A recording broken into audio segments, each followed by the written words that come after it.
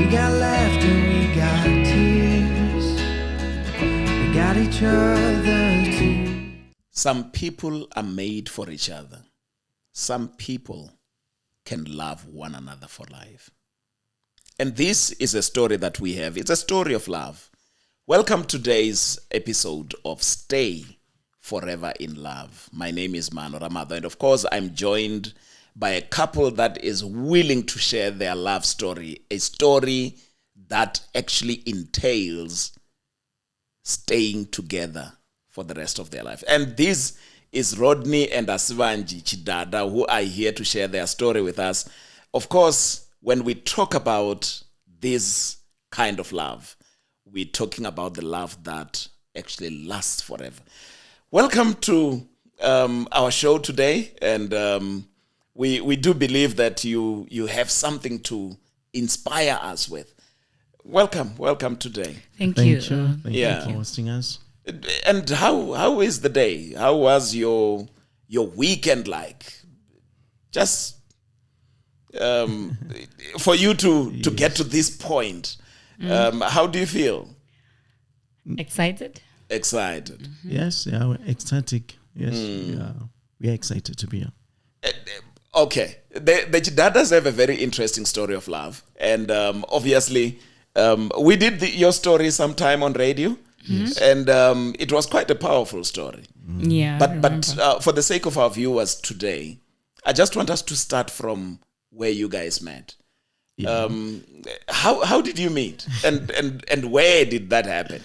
Because some people will say emlanjeni, others will say. But where did you really meet each other? Well, thank you so much for hosting us. Yeah. So our story goes like this. When we met, it was back in 2015. Yes. The first time I saw her, it was in the church service. And in that church service, I was preaching. In the church service? Yes. And you were preaching? I was preaching. So when the flow of the Holy Spirit was intact. Yes, Yeah. yes. And then you saw. Yes, when we were in the spirit shouting hallelujah and our amen. Yeah. So it was very interesting because while I was behind that pulpit, busy preaching fire down, she was there. She was sitting on the first row, if I still remember properly. And then I was preaching. Whenever we make contact, I could tell that she was paying attention. She was really listening. Yeah. So I was asking myself, who's this lady? I would really like to know her. Yeah. So to my amazement, just after the service, a certain lady was a youth leader, came with her. Oh, okay. And then she says, this is Asivhanzhi. Yeah. Asivhanzhi, meet Rodney. Rodney is the youth chairperson. She said, Asivhanzhi is an intercessor. I still remember everything, babe. I still remember everything. So she said, this is a number. Add her on a youth WhatsApp group so that you can interact. I said, okay, thank you so much. I took the number. We greeted each other. But I think that thank you was more of a thank you for.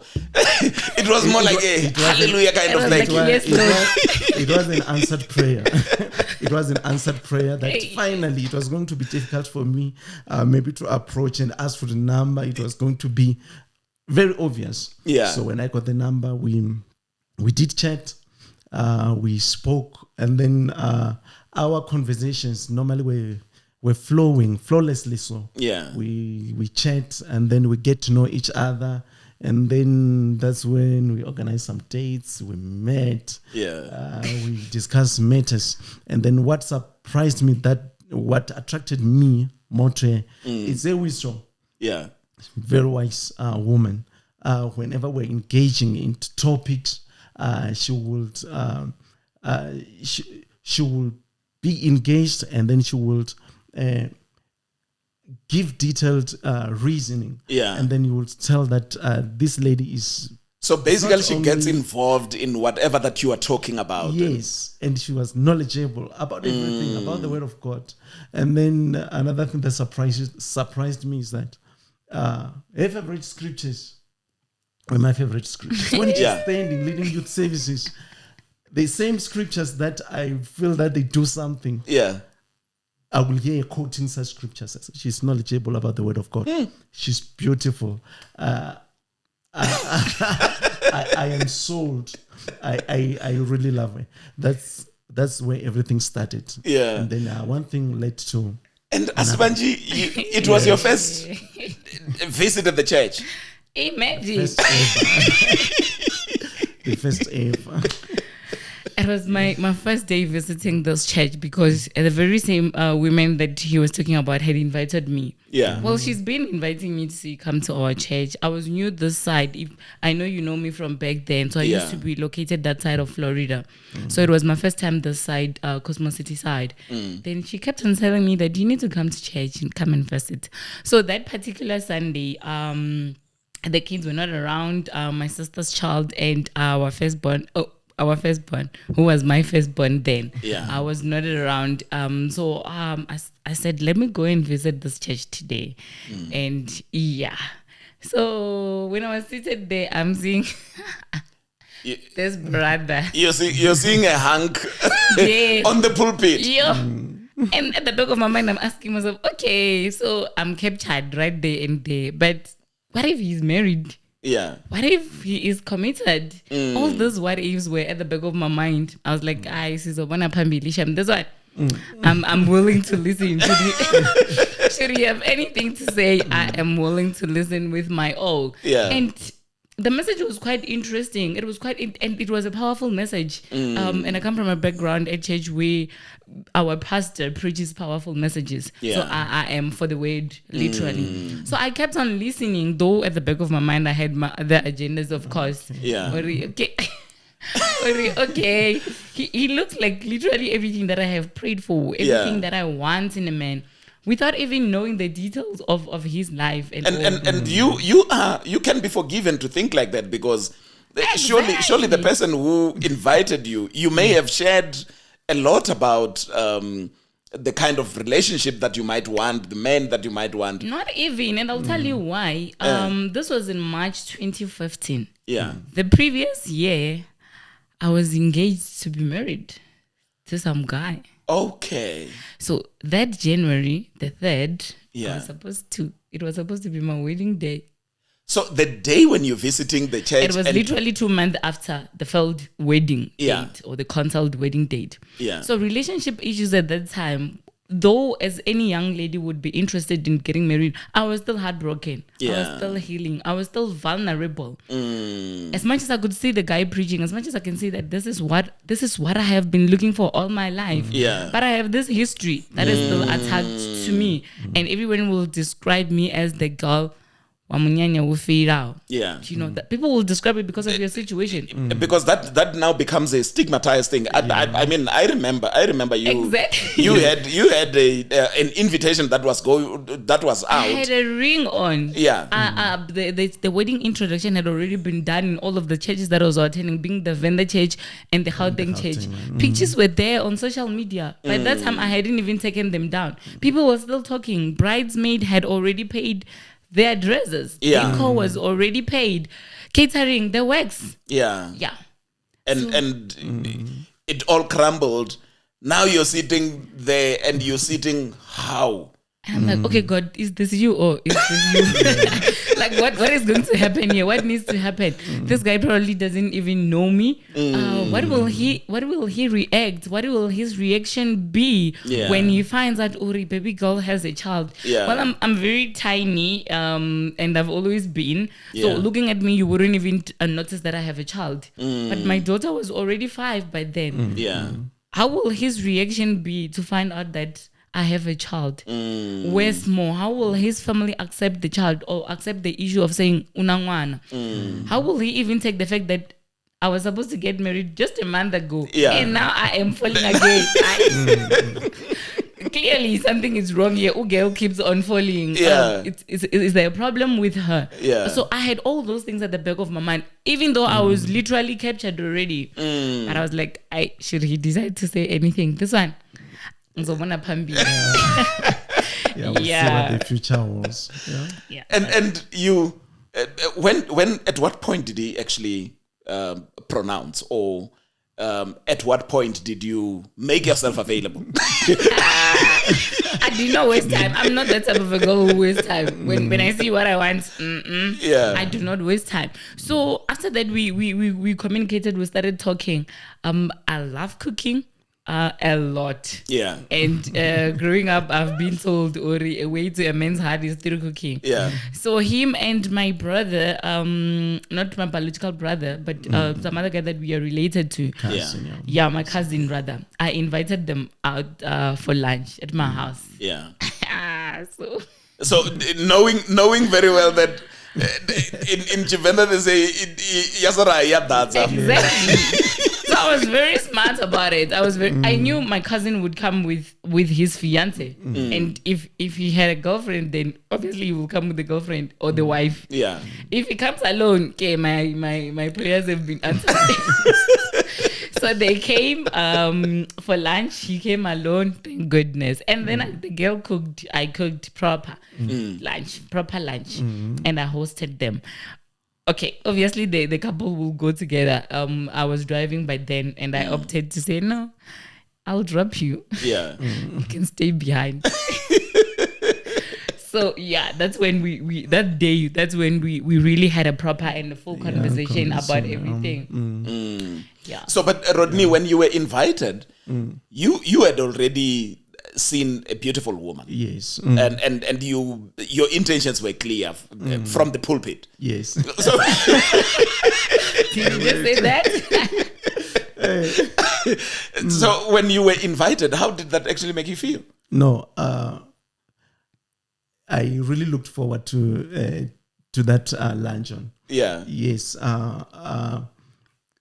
She invited me that after the service, would you mind to come and join us for a lunch? Yeah. I said, no, I'm ready. Yeah. I'm coming. I'm ready and hungry. I didn't have to even think twice.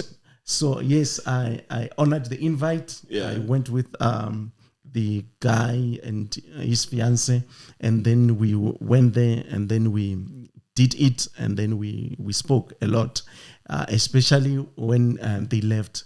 That's when we had a more open conversation, just to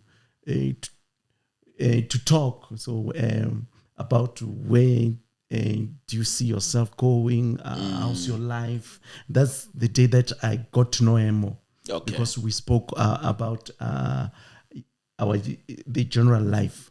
So I would ask her where to come from. How's your life? Who are the important people in your life? So she never hit anything.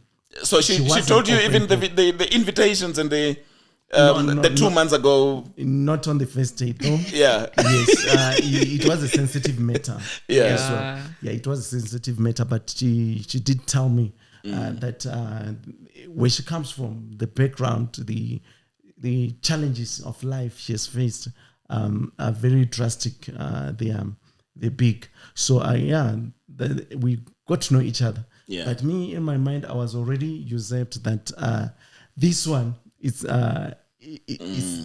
my future wife. Yeah. I don't want to know a whole lot of things, although she did open up. But at that time, Rodney, you did not have anyone else in your life. You know, life. There was another young lady in the picture. Yeah.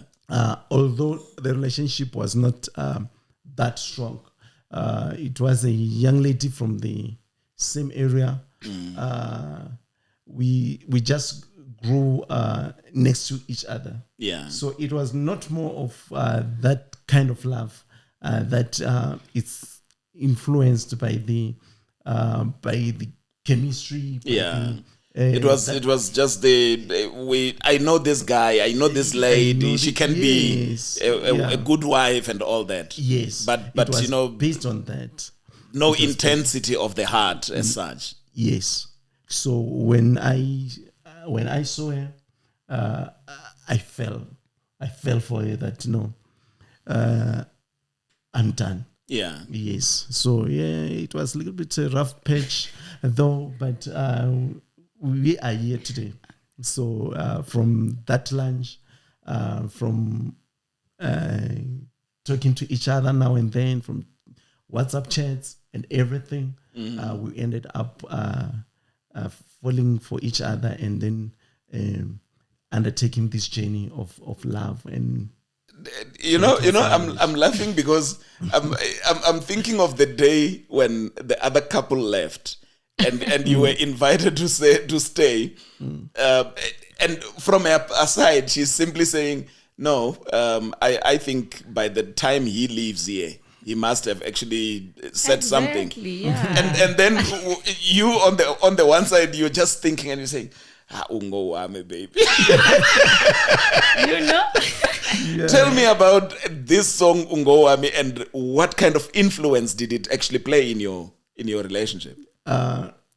This particular song Ungo Wami, I think Ngomso. Let's talk about Ngomso first, because that one it was for the Ungo Wami was for the wedding day. Oh, okay. Yes. So Ngomso, it was the song that we would normally play. Yeah. Would sing along. Predicting loudly, the future. Predicting the future. That tomorrow belongs to us. It's ours. So yeah, that's the song that got us going. We really love the song. It was like an anthem. Yeah. Yeah. So whenever we got to the car, we'll just play it's in the top of the playlist. It's on repeat. Yeah. So yes, we really love that song. But here you are. You have. At what point did he say he loved you? I mean, was it on the day, or did it actually take some days for him to pronounce his intentions clearly? When did he say it clearly? But on the same day? Not really on the same day. On the 1st of April. And yes, it's regarded as April's Fool's Day. Yeah. So imagine you are telling somebody that you love them on the April's Fool's Day. Yeah. So, but to my amazement, she said, yes, I love you. We can try this love thing. I said, no, I'm ready. Whenever you're ready. So that's the first time I said I loved her. And then she didn't even hesitate. Why? She never said, no, just give me some few days or I'll come back to you. On the spot. Yeah. She said, I love you too. But I think, I think at one point, she might have said, if this is an April Fool's Day thing, I have a way out. So I say yes now. Yeah. So if he says, no, it was April Fool's Day, I would say, my answer was also April Fool's Day. I was at work. He was at work as well. And but then I used to work shifts. So I was knocking off at 2 in the afternoon. Yeah. He would knock off late. And at the back of my mind, I thought, maybe I'm being fooled here. And then I said to him, maybe you must come after work. Yeah. Let's talk about this, like, in detail. Yeah. And then I guess he got stuck on traffic, Joburg to Cosmo City, and it was getting late. Yeah. And then boy got there very late, around past 6. And I'm thinking, here I am being fooled. Yeah. But to finally see him coming through, and we sat and we talked and we agreed and sealed the deal. That's when I had peace of mind to say, okay, so this is not April's fault. Yeah. It's actually real. It's actually happening. So yeah. But at one point, now that you have agreed, you have to make the elders know, and that on its own. And I'm taking it from Asivhanzhi's side now. I mean, some 3-4 months ago, you had your path all laid out for another man. Now you have to break this thing and say, I now met the right one. Sure, I think it was by far the hardest, because the marriage that then failed, which was supposed to happen in Jan, it was the separation or the ending of it all was rather very bad. You know, when things are already known by the family and the elders and the parents and their money involved, this guy had paid lobola, full amount, had cash. It had already been given to my parents. This guy came back and demanded the money back. We had to repay him back. Now, as a parent, imagine me as your daughter coming back to you literally within a year. I'm coming to tell you I'm getting married again. Yes. I have a daughter. Yeah. Arna Koti, that is not in the picture. I had this wedding that failed. Yeah. It's me again. Coming to say dinamuchu. I mean, as a parent, you will get really frustrated. So for me, issue was not us being in love or us not being sure about what we want, but it was now, what will my siblings say? Yeah. What will my parents say? My dad is not a Christian. He's rather a very strict parent. My dad is very strict. So you cannot just now go and kneel down and say dinamutu. Yes. You can't. So that kind of put a lot of strain in me. And he's coming from a background of saying he doesn't have a child. The girlfriend might have been in the picture, but it was not that serious. I don't think the parents knew in a formal way. Yeah. So, Mr. Right, baby girl, and the past. Yeah. How do you then explain this Eish. to both parents and both families? Uri, now there is this girl in because people are very judgmental. Yeah. Even our parents are very judgmental. There are people who believe that he doesn't deserve to get married to a girl who has a child. Yeah. Because he is in a leadership position.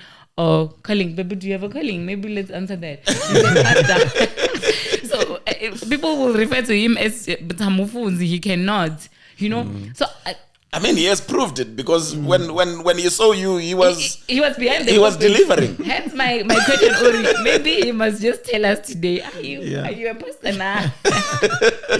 You know. So it was very for me. It was very difficult. At some stage, I even regretted Uri. Maybe I was too ambitious. Why did I say yes so quickly? Maybe I should have waited a year or a certain period. Yeah. For the stigma to go away a little bit, and maybe the community will then accept me back as a normal young lady who deserves to be married one day. Yeah. Yeah. Yeah, you know, it wasn't that easy. Those were our most difficult moments in our marriage. Yeah. In our early stage. Because, yes, I grew up in church. I was active in the ministry. I was preaching, I was leading the youth. So when it came out that there's a child involved, there was a wedding that was cancelled, not postponed, sorry. That was cancelled. People started to be reluctant, especially from my camp, if I can say my camp. Yeah. Because I had pastors who were mentoring me.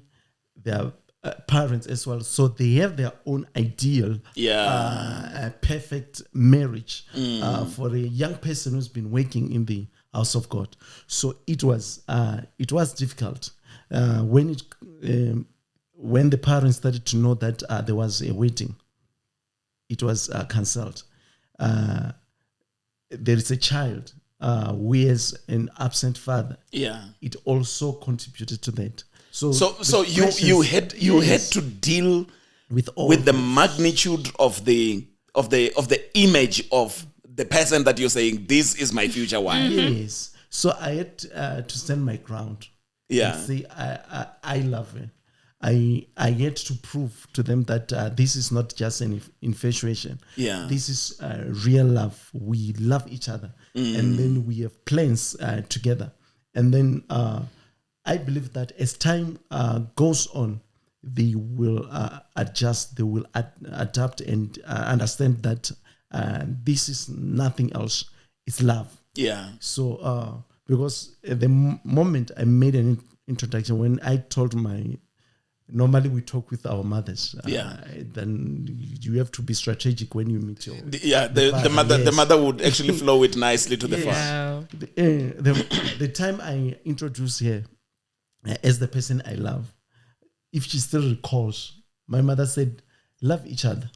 We don't want to be disappointed. You know that once they say that, they're talking about kids in before marriage, stuff like that. Said, no, love each other and everything. So from that point, I said, at least mommy understands we're heading somewhere, until there were stories that are now coming. So it even comes from the people that you can rely on, you trust. When they're saying that, no, your son is making a mistake. Yeah. Now it rings the bell that why can't we try to stop him? Because they believe that this is a mistake. It can't be. So it has to be stopped before it otherwise it even happens. Yeah. Yes. I still remember when my mom disclosed that one person called and say, if you really care and love your son, you will stop this nonsense. Yeah. So imagine, and it's from somebody they know. It's from their inner circle. Yeah. It's from they can trust. Yes. That if you really care and love this young man, you have to do something. So they will sit with me, and then I will substantiate and tell them that I love this woman. I want to marry this woman. So, hey, Asivhanzhi, here is a picture that has been painted about you.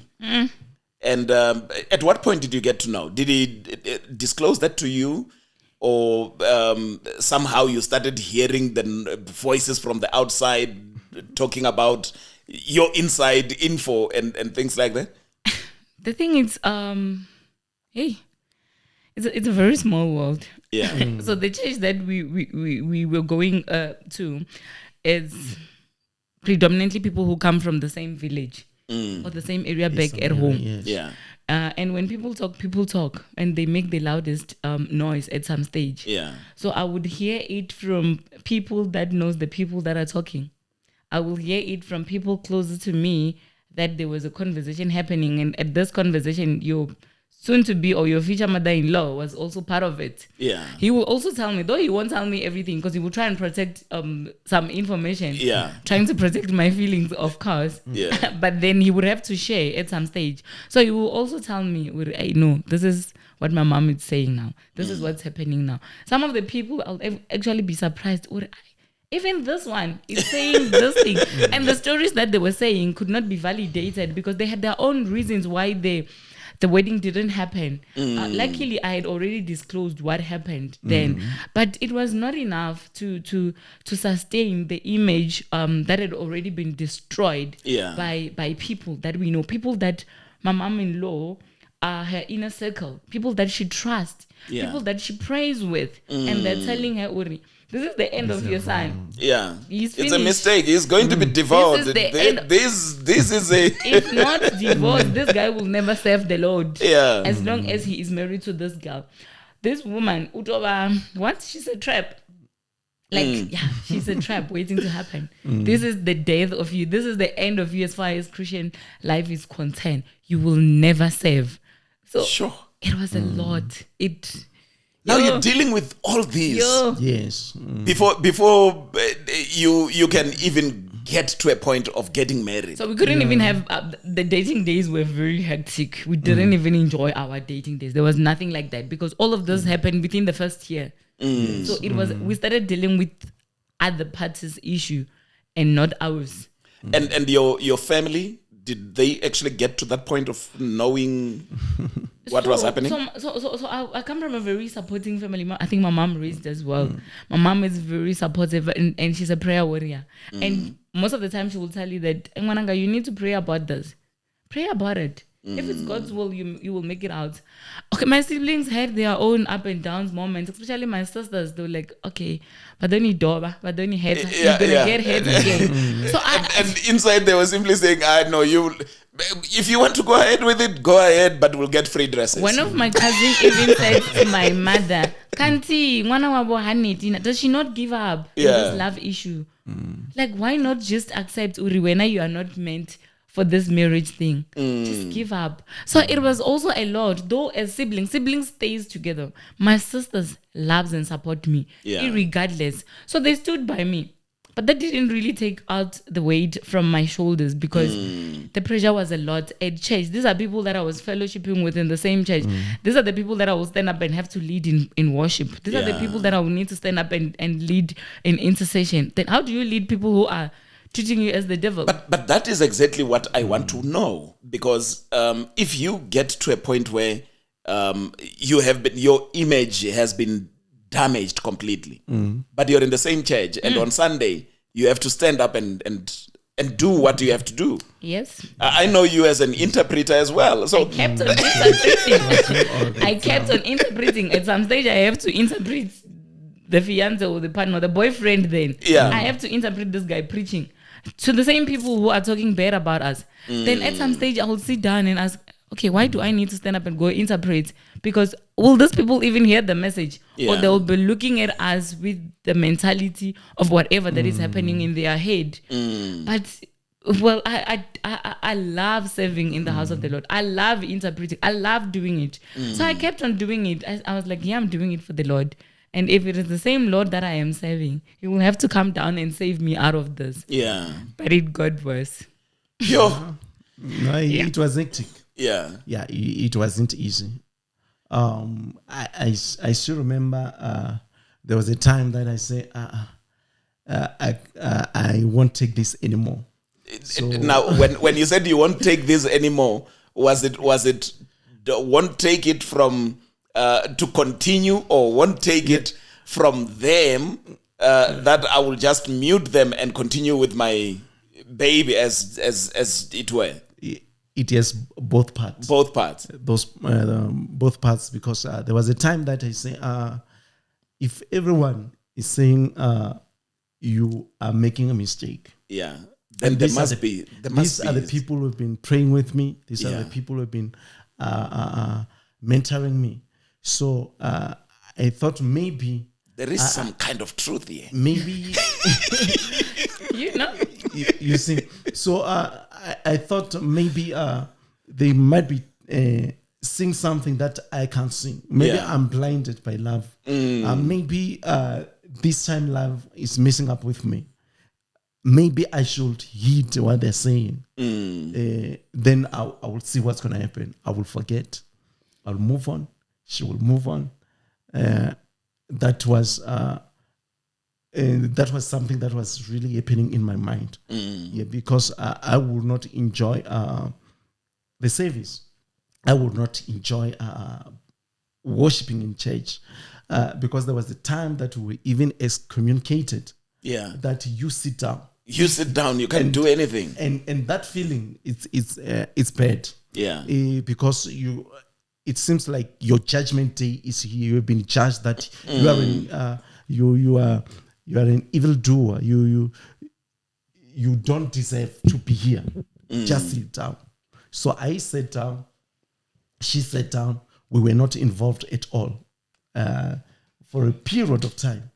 We were not doing anything in the church, and we didn't move churches. We were coming every Sunday. Passengers. We would sit. Yes, and then mind you, we were the interpreters. She would interpret if I'm not. So we would just sit there.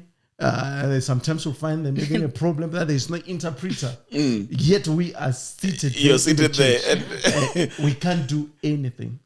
So it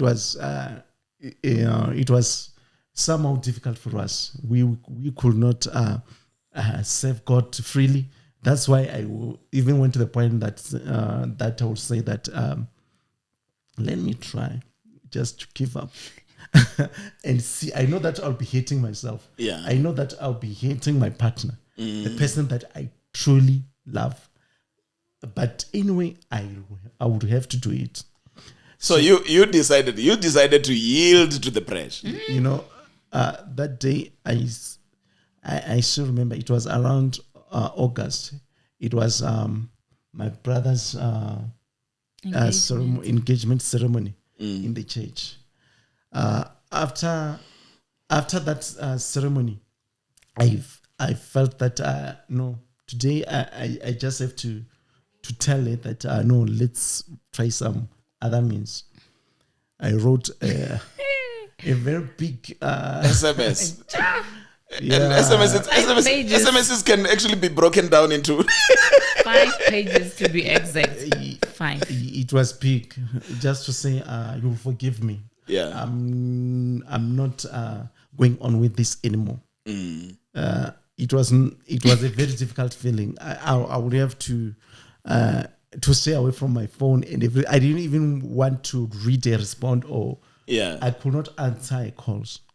But she sent a message as, can we at least meet and just say this face to face? I still remember she came, we sat down, we spoke, and then I told her straight on the face that I'm not taking this anymore. You will heal. You are in denial. You'll move on. You'll move on. You will move on. You'll forget about this. Time heals. I'm even comforting you. Time heals. Get it through your system. And then I get off the car. I left. I was bleeding in my heart because I knew that this is not me. You were doing something against your own will. Doing something against my own will. Just to be that I should be accepted. So that I can fit in. It was not easy. So when we separated, it was even more difficult. It was even more difficult. Others were congratulating me that you did well. You're now free. You know, it was difficult. God has liberated you. Yes, there was some sort of like the lost sheep now is back home. Yeah. Our strong brother is now back. It wasn't me. It was from the bottom of my heart. I was hurt. When I saw, she didn't even quit church. I thought maybe after that she will look for another church. She was coming to church. I would look at her. Sometimes I would greet her. I would hug her in the service. Because now if we're greeting, you're still the leader of the youth, and she's still a youth. Yes, it was difficult. So I would miss her. I would miss Ra'ana as well. She was close to my heart as well, as a daughter. Yeah. So yes, it was that difficult. Till I say no, I can't live like this. I have to go back and try again. Maybe she will forgive me. But before we get there, yes, you, Asivhanzhi, in the midst of it, you choose to stay in church.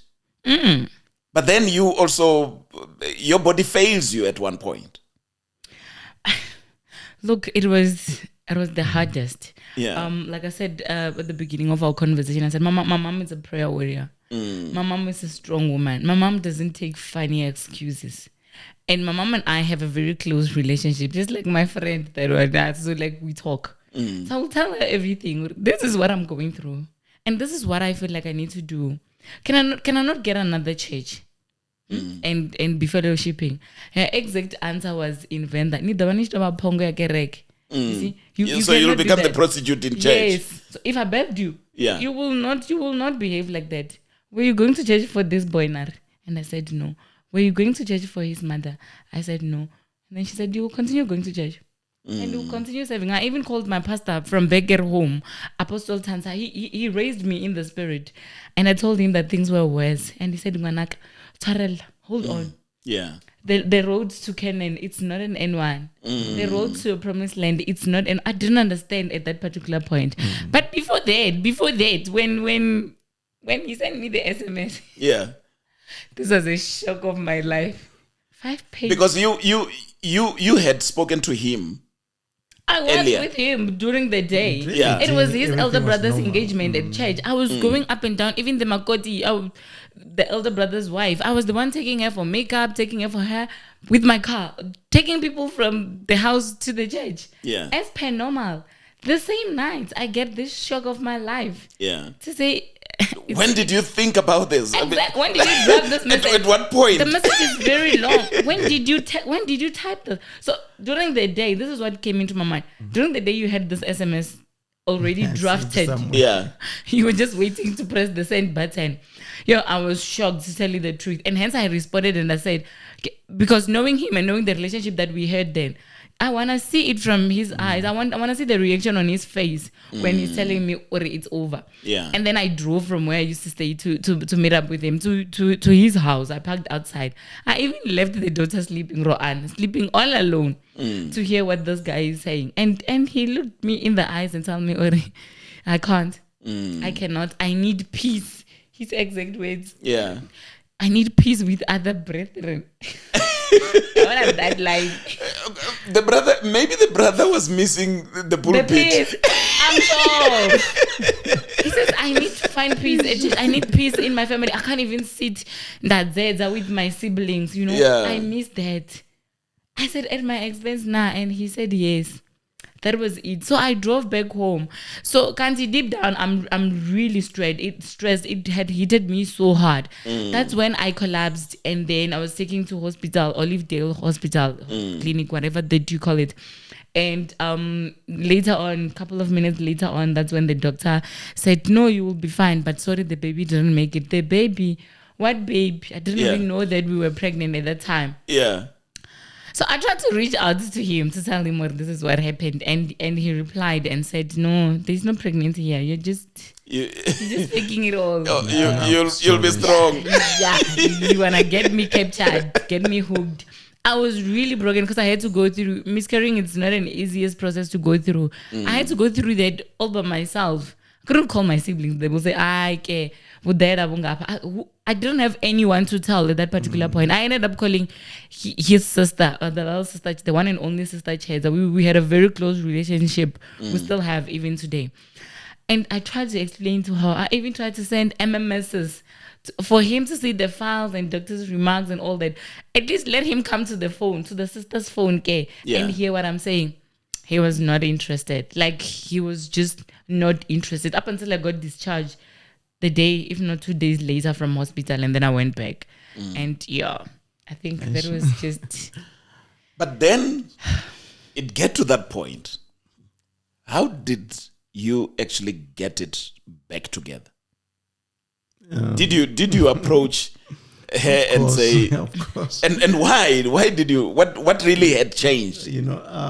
One of the things that people fail to understand is that love is something else. It pushes you to do things that you want to under normal circumstances. Yeah. So what happened is that I knew I broke her heart. I knew how she loved me because as a brother, people do pray for different things. So many, when they pray for their wives or for their future wives, they pray. Their prayer is more of I want a beautiful, submissive woman. But mine was that I want a woman who will love me for where I am. Yeah. And I only met one woman that I know that this woman loves me. I don't hesitate. I know that she really loves me. And when you knew that, and you say, I've just broken up with Asivhanzhi, and Asivhanzhi baneba mfuna the way. Yes, she loves me for what I am. Yeah. So I ended up saying, let me take this risk. Let me make some sort of meeting, a rendezvous, because it won't be a date because we are not dating. And yeah. To my amazement, she said, no, okay, I'm willing to talk. Let's sit down and talk. That's when I threw her with a bomb. That I want you back. I tried. This life thing is impossible without you. I don't see my future without you. Yeah. In my life. That's when she asked me the questions. Now, how? The same problem we faced. What about them? They're not removed. Those people are still around. Yeah. the same challenges we're going to face. I said, challenges or no challenges, if you are giving me a chance to welcome him back as a lover, we will conquer. As long as we love each other, we're united. Yeah. These people will get used to this. Asivhanzhi, what made you believe him? After the hospital? Thing is, it's an issue of love. I never stopped loving him, even in the middle of the pain that he made me to go through. Deep down, I was still in love with him. Yeah. So I guess that aspect, that element of love, made me worry. Let's see how it goes. After all I've been hurt, if he hurt me again, life will just go on. Eventually, I've seen the worst. Yeah. So yeah, I really wanted to give it a try, because even though in my middle of the pain that I was going through, I still loved him. I wasn't angry at him, but I was disappointed and I was heartbroken because of I never thought that he would allow me to go through the kind of pain that I went through alone, knowing the love that he had for me. So I was like, maybe there is hope, And all those other concerns that I have for your mother, your father, people at church, I don't want to go there and fight those people on my own because I cannot win it. Yeah. So you need to be the man in front of this war. You need to protect me. You need to take all the bullets. And he assured me that I will do everything to fix this. Yeah. I will sort out things with my parents, because these are your parents. I cannot take their part in your life. I am going to be the wife. They cannot replace me, none whatsoever. So that assurance of saying, babe, I'm gonna fix it. So I had given him that time to go fix it. Let's see. Yeah. And your parents, Rodney, when you spoke to them, how did that conversation go? It was not an easy conversation, but it was more of me telling them, informing them that I love Asivhanzhi, and then we made up, we fixed our things. Yeah. So it was not more of a consultation that they should have an input. It was a report back. Yeah, it was me saying that I made up my mind. We sorted our matters out with Asivhanzhi, and we love each other, and then we see the future together. So they accepted it, but a little bit reluctantly. That okay, you love her. Yeah. You love her. There's nothing we can do. Love each other, but do things accordingly. So you had to now negotiate the lobola issue. Not even before that. Just when we got back together, I think the emotions were high. We were excited that we were back together, and all those things. And when a relationship is like that, mistakes are inevitable. No, but you can't call that a mistake. There was a first mistake that was discovered by the doctors at the hospital. It was a tendency, Jane. It was a lifestyle. Yes, yeah, if we can put it that way. So we were crazy in love. Yeah. And then all of a sudden, pregnancy came in. And I know in the back of my mind, I know deep down that where I've been raised, this is uncalled for. Yeah. It's not supposed to be done that way. When they say do things accordingly, that send us will go and get to a wife. Yeah. And then kids will come after and everything. And now there's a child in the picture. And then that's when we said, no, even if it's like that, we are carrying on. Yeah. We are not looking back. And we are not even tampering with this baby. Yeah. This is our child, God given. So we ought to be responsible for this. And then throw another bomb on their face that there's a child coming. Ish. There's a child coming. Aye. And how was that received? I'm interested it was to have been a fly in that room. The expression was we give up. Yeah. We give up. We give up. We no longer know what to say. Yeah. Yeah. And then when we spoke with the pastor, he said, And if We told you. yes. A repeated mistake is not a mistake. Yeah. It's intentional. So that time I excommunicated you for 6 months. Now it's a year. Sure. Sit down, you don't do anything. So we had to sort things like sending my elders to meet the elders, and then we negotiated lobola and everything, and then I managed to raise those funds. I sent the elders, and everything led to where we are today. Asivhanzhi, now you get married, right? Mm. Did you really get the marriage, or rather the wedding that you wanted? All along, you've always been trying and all that. Now, Rodney comes back and he said, I will protect you. And then you go ahead now with the wedding. How was it? How did that actually make you feel? Now, you getting the same man that you collapsed for.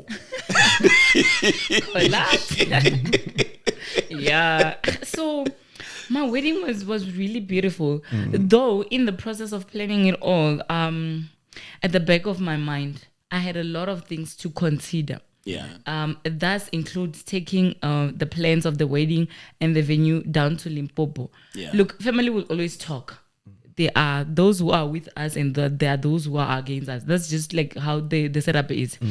So I also had to consider, okay, what if it doesn't actually happen? Yeah. Yeah. So do I take this wedding to Venda for a second embarrassment? Do we take it to the venue to be at the husband's place? What if it doesn't happen there? So it's another village, another embarrassment again. Do we take it here? Who do we invite? So I had a whole lot of things at the back of my mind. Okay, when you send them an invite, they'll be like, okay, this is a different invitation, different theme, different man. Yeah. Again, will they even come? So at the back of my mind, planning it all, I wanted it to be very small. I would have opted for a Sunday blessing, considering everything that has happened. Yeah. Because other people were saying, Oto di Chini Sangakoda, or she agreed to have a second child out of marriage to capture the guy. Yeah. So I also had to protect my feelings in the whole process. But at the end of the day, we had a beautiful wedding. It was not a huge wedding. It was a very intimate wedding, but it was a beautiful wedding. It was the most happiest day of my life. I was one of the happiest bride. I was very happy. I didn't even cry. Maybe a little bit on my response. But I was very excited to say, finally, whatever that I'm getting, this is what I really want and what I really love. So the fact that I was getting married to him was good enough for me. Yeah. And the rest was just an additional things. Yeah. Because for us, it was now a relief that finally we're doing what we want. Yes. And then the excitement level, it was something else because when we sit down and look at the video, we laugh. Looking at, we were dancing, we were happy that it's done. We look at our response, our remarks, we just laugh. Is it us? Well, what was happening? Because we were happy. We enjoyed our wedding day. It was one of our biggest highlights in our marriage. So it was great. It was great to enjoy. And transitioning into Mr. and Mrs. Tshidada, having gone through almost the worst before you got married. After you got married, did you really get to that point where, many couples will say after the marriage, after the wedding, everything just went south instead of going, Have you experienced that, or was that the first share of your challenges and the only? It wasn't the only, I would say. So having to transit from Asivhanzhi to be called Miss Tshidada, it took a lot in between, because we're going back to the same church.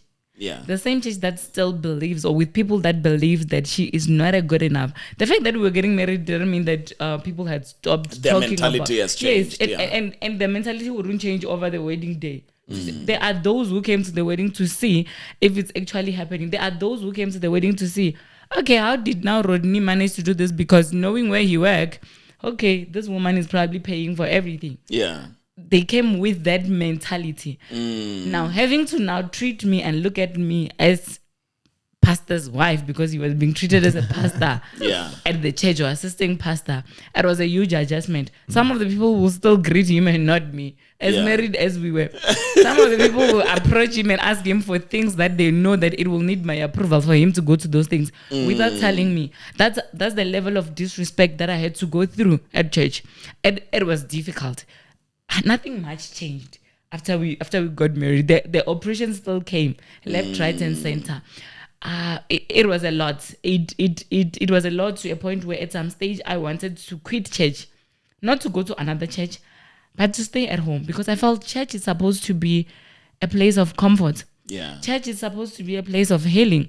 Church is supposed to be a place that brings me closer to God. But I was not finding that. I would go there to be judged, whatever dress code. By far, we always dress the combo must communicate. That's just who we are. For ever since we met, some will judge me because of that, how we look. So it got to a point where it was a lot, and I kept on telling him, Mori, I'm not settling in, and this is not me. Now I need to sit at the back. Now I don't have to serve. Now I need to stop doing those things. This is not what I've been called for. And I will tell him that should I die, what happens to my soul? Because I'm coming to church now for the fact that they got Odanje for people to see me. This is not doing me. You're marking the register. Yes, I was marking the register for the longest of time. It put a lot of strain in our marriage on the very first early stages, to a point where we ended up leaving. I don't know if it's fortunate or if it's unfortunate, but we had to decide to leave the church, to start afresh, so that we can be able to fulfill the purpose of God in us. So it took a lot. It put us in a lot of strain. Even moving on its own was, remember, it's being connected to she is the end of you. Because Rodney was already a pastor in the making, and then you come there, you don't qualify, and then you end up grabbing the only diamond that perhaps the church was having at the time that they were grooming. Sure. And how did you feel, Rodney, with all that was happening as well? I had a different approach because I was thinking that no, this is just it's just a storm that will pass. It's just a well storm. It's gonna pass. So, but I realized that no, it's taking the intensity. It's all about that. Yes, we are still believing that the choice you made, it's not the right choice. I remember there were some instances that you will see that this is really a necessary challenge. I still remember on our day of engagement. After that, we know that if it's your ceremony, then you are the couple of the day. People are celebrating you and everything. And then after that, we bought everything that was needed. And then after that, a certain elder came and said, now the pub is finished. They would like to cook for the people who were cooking. So it is the day of the event. How can you just take off the robes that you were wearing for that day, the gowns you're wearing for that day, and start the fire and start cooking? Almost like a disrespect of the bride. The level of disrespect. Yes. So I was saying that, if somebody's coming and approaching me that, your wife, you see, she was supposed to cook, it was not really adding up. So at the end of it all, it was a very difficult decision to make, to move churches, because I was there, they groomed me and all that, and then now I have to move. And then I still remember there were some rumors that, no man, you see, those people won't last in this church, they will move. And then I've heard it about that already. And the other rumor was that you look at them, they won't last for 3 months, for 3 years. Just after 3 years, this marriage, you're giving it 3 years. So to me, I said, but if these people saying that we'll move church and we're moving church. What will make what they are saying now not to happen? If they said we'll move church and we'll move church, and they said now it's 3 months down the line, this thing is going to be history. Yeah. I was thinking that maybe they saw something. Yeah. But at the end of the day, he said, no, it is a very difficult decision. It's not a personal decision. It's all about looking into the future. Yeah. That what kind of impact this environment is going to have in our marriage. So we ought to move. Yes. Now here you are. You're now Mr. and Mrs. Tshidada. There's another child born. You have moved churches. You are now flowing in your marriage, right? And everything seems to be in order. When you look back, because obviously you're raising children, you don't want your children to grow up without any family values and things that would actually make them intact. Because you look at yourselves, where you come from and how you came together. And obviously your children are also going to be challenged by their own lives as they go or as they live. The things that made you to stay strong. And now you have to craft the way forward for your own children. What are the values that you would actually say, these are the values that we are teaching our children, and these are at the center of it, both in the sense that they have helped you sustain your marriage, and you would love your children to also tap into that as they go to sustain their lives going forward. No, to answer that one, values are very important, especially coming from the background that we're Christians. So kids learn through observation. Yeah. You don't teach the kid and do the opposite. So when you're talking prayer, your kids must see you praying. Yeah. When you're talking about attending church, your kids should see you going to church. When you talk about participation, they must see you participating. So it makes it more easier because they learn through observation and they emulate what the adults are doing. So when you want to instill God-fearing to your kids, you have to fear God. Yeah. You have to, when you talk about respect, your kids should see you respecting one another. So it's not a matter of trying to teach your kids that you should respect, whereas they don't know what respect They don't get to see. because they see us not respecting one another. So when we respect one another, when we understand that we are raising kids, that we want them to be to fear God, so we ought to model it. They must see it happening. Yeah. So that's the way we should instill values to our kids. They must see us doing what we are preaching. Versus preaching while we are not practicing. So we practice, they see it. So they see us going to church. We don't leave our kids behind and say, no, you stay behind. Yeah. We'll see you after church. You can be watching TV, Yes. all these platforms. And Yes, and even the interaction between parents and kids should be conducive. I sit down, you can come to my house and find me watching cartoons with I want to see what they're watching. I want to see what they're learning. I want to engage. When they talk about the characters, I already know those characters. Okay? And it makes life easy. Even if I want to watch soccer, want to watch the news, they realize that our dad sits down. He watches our shows. It's his time to watch it. So I watch my daughter's, she have favorite channels, the cooking shows. I sit there, I watch the cooking shows, even when I don't see what's really happening there. I just sit so that she sees that Daddy is sitting with me, watching my favorite show. So it's something that we have to do it. You model that. You model it, yes. Yeah. And with you, Asivhanzhi?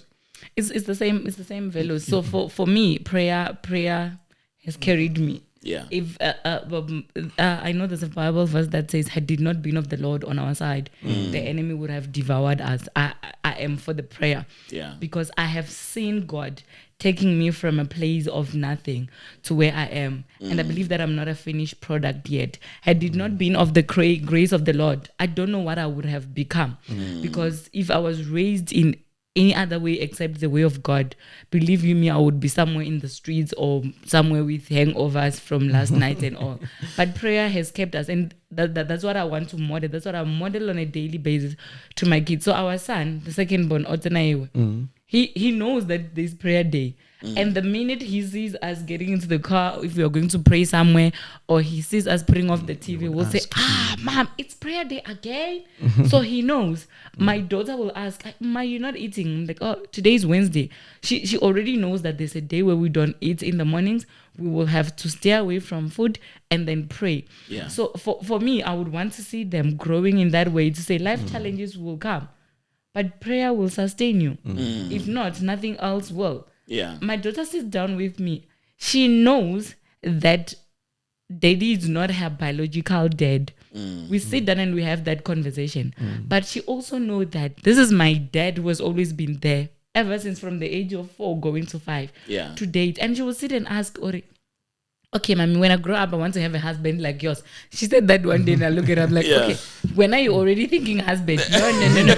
Not now. It's like, no, I want to dress down and go out with daddy and take pictures. I'm like, not now. We're not talking that. This is something that she sees. This is something that she learns from us. Yeah. Even when we dress and going on, she'll be like, yo, you look so beautiful today. This is what we teach them. This is what they learn from us on a daily basis. Yeah. The little one is still very young. She's only a year. Yeah. Yes, a year and a half. But she didn't come back from work and kiss me and greet me. Now she wants a kiss as well. Yeah. You must give it to her. Otherwise, she's going to cry. She'll even scream, Pa, no, you must kiss her. So they need to see the values of love and marriage from their parents. Yeah. So that, and they also need to receive the same love from us. So that when she then gets loved, she will be able to say, okay, now I'm living exactly what my parents lived, if not more. Yeah. And if the firstborn doesn't get enough love from daddy, then she will go and get love from other men out there. We do not want that. Yeah. Yeah. Okay. It's a beautiful story that you are actually narrating. Yes, it started very much shaky, but I want to hear from both of you. I don't know which one would go first, but you will decide. Okay. I want to tap into your love for each other. How deep is your love, Asivhanzhi, for Rodney? And Rodney, how deep is your love for Asivhanzhi? Decide who goes first. I think I have time for. I think he answers his best, but then when he would have answered, then I will not be able to know what to say. Yeah. People think that I talk too much. Wait until you sit down and talk with him. Yeah. You actually change your take on it. So for me, I love him. I really love him. You know that, right? Yeah. I really love my husband. Make no mistake. He makes me happy. And one thing that I would say about how deep is our love, I'm that church girl. Yeah. I was raised by the word. And the word of God tells us in the book of Genesis, if I'm wrong, he's going to correct me because he always does that. It's in the book of Genesis when God created Adam and Eve. And he made Adam to fall asleep, to fall into deep sleep. And he took out a rib and created Eve. I am that missing rib. That's how deep it is. It's in me. I am certain that I was made out of his missing rib. Yeah. And there is no other way about that. What makes you think that? What makes you feel that? Because he completes me and vice versa. I complete him. And nothing else explains it than saying we are a part of each other. That explains it. I cannot imagine my life without him. I don't know what I will do. I get frustrated when he gets to work and he doesn't call him like, dude, it's 12 o'clock. You haven't called, you haven't texted. I feel like as much as I have work that I'm doing and as much as I have commitments that I'm doing, there is something missing. So he completes my everyday life and my everyday doings. I can tell you, Rodney, when I was calling for arranging this interview, she just said to me, "No, I love the setup. I love what you're inviting us for. But I'll speak to baby about it." That's what she said. I'll speak to baby about it, and then I'll come back to you. Yeah. So that's basically what I actually picked up from her. And how deep is your love for Asivhanzhi? This question is figurative. So I will answer it figuratively. So that yes, our love is. I would say that it's bottomless. It's like an abyss. Yeah. It's bottomless. You can't reach the bottom of it. Yeah. Because she completes me. She completes me. She's the kind of woman I prayed about. That this is the kind of woman I want in my life. In my life, she completes me. Looking at us, we also have our character is a little bit different. Let me say our personality, not character. Yeah. Really character. My wife she has a strong character. Believe you me, she's not scared to face challenges head on. So Mina, I'm somebody who's more of easygoing. Yeah. So I'm easygoing when we encounter challenges. I'm the one who say, no, take it easy. Let's do it this way. Yeah. You bring all the calamity down.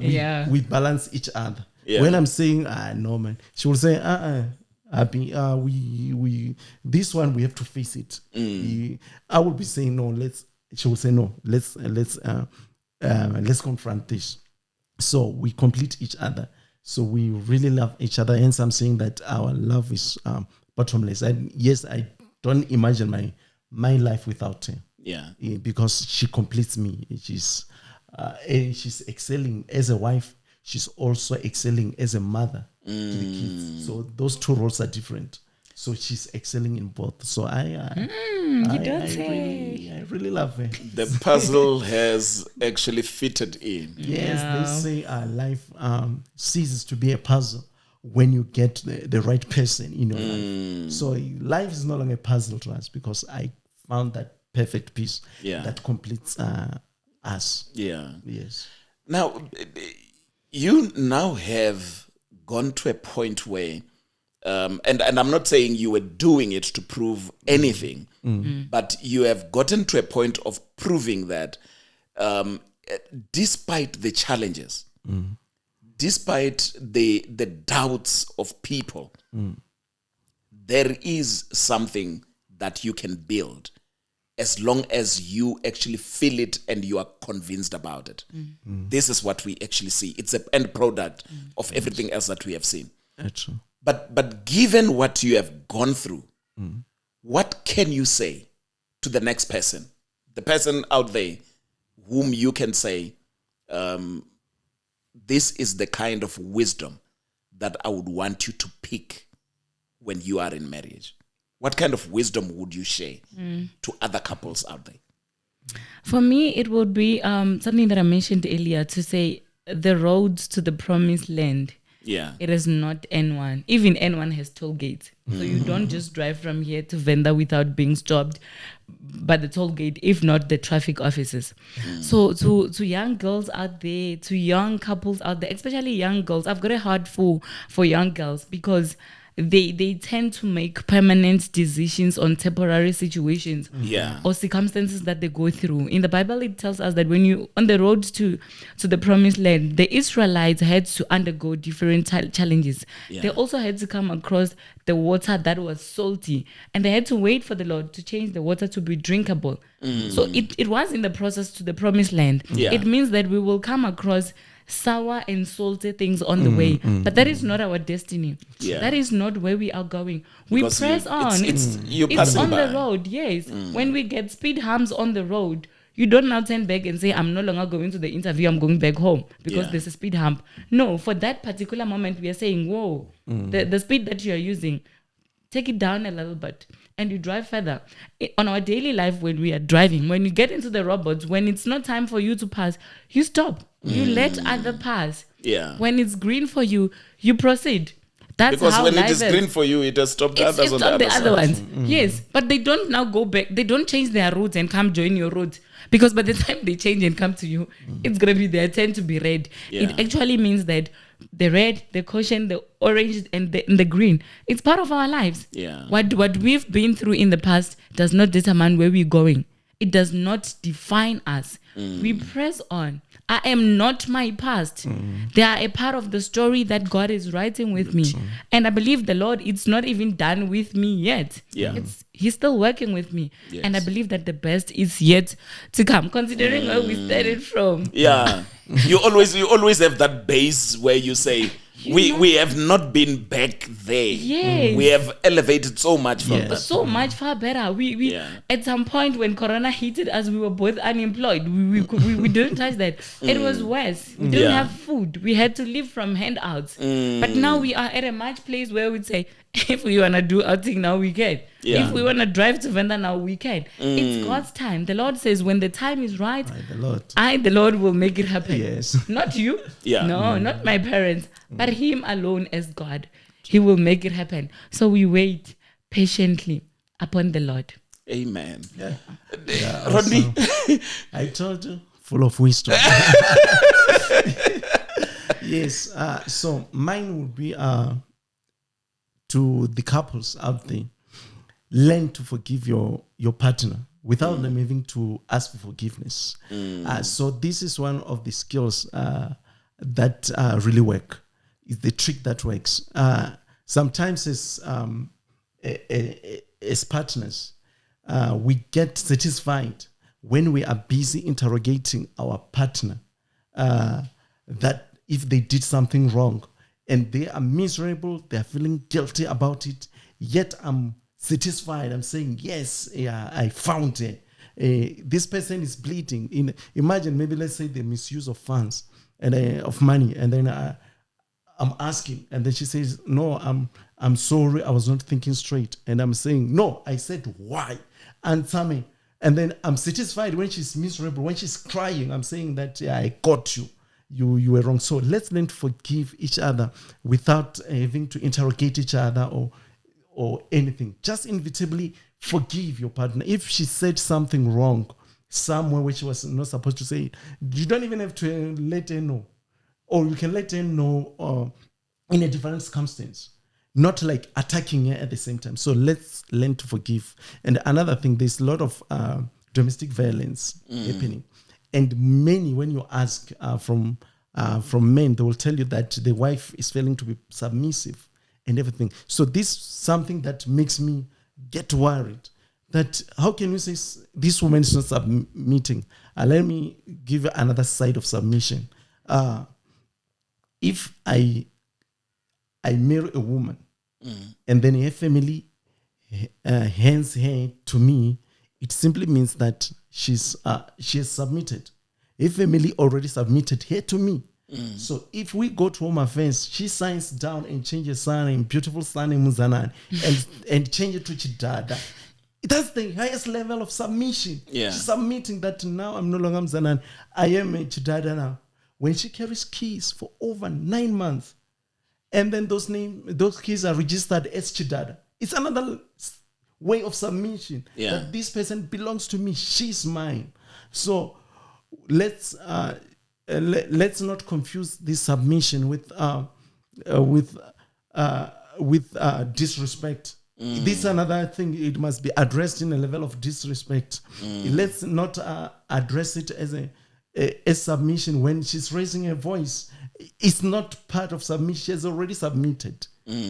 So let's accept it as husbands, that our wives had already submitted to us. They are our wives. They are called by our names. So these other things we must not address. You can ask her. I've been saying with her, I've never told her that I am the head of this household. Not even a single day. Because I don't have to. I am the head.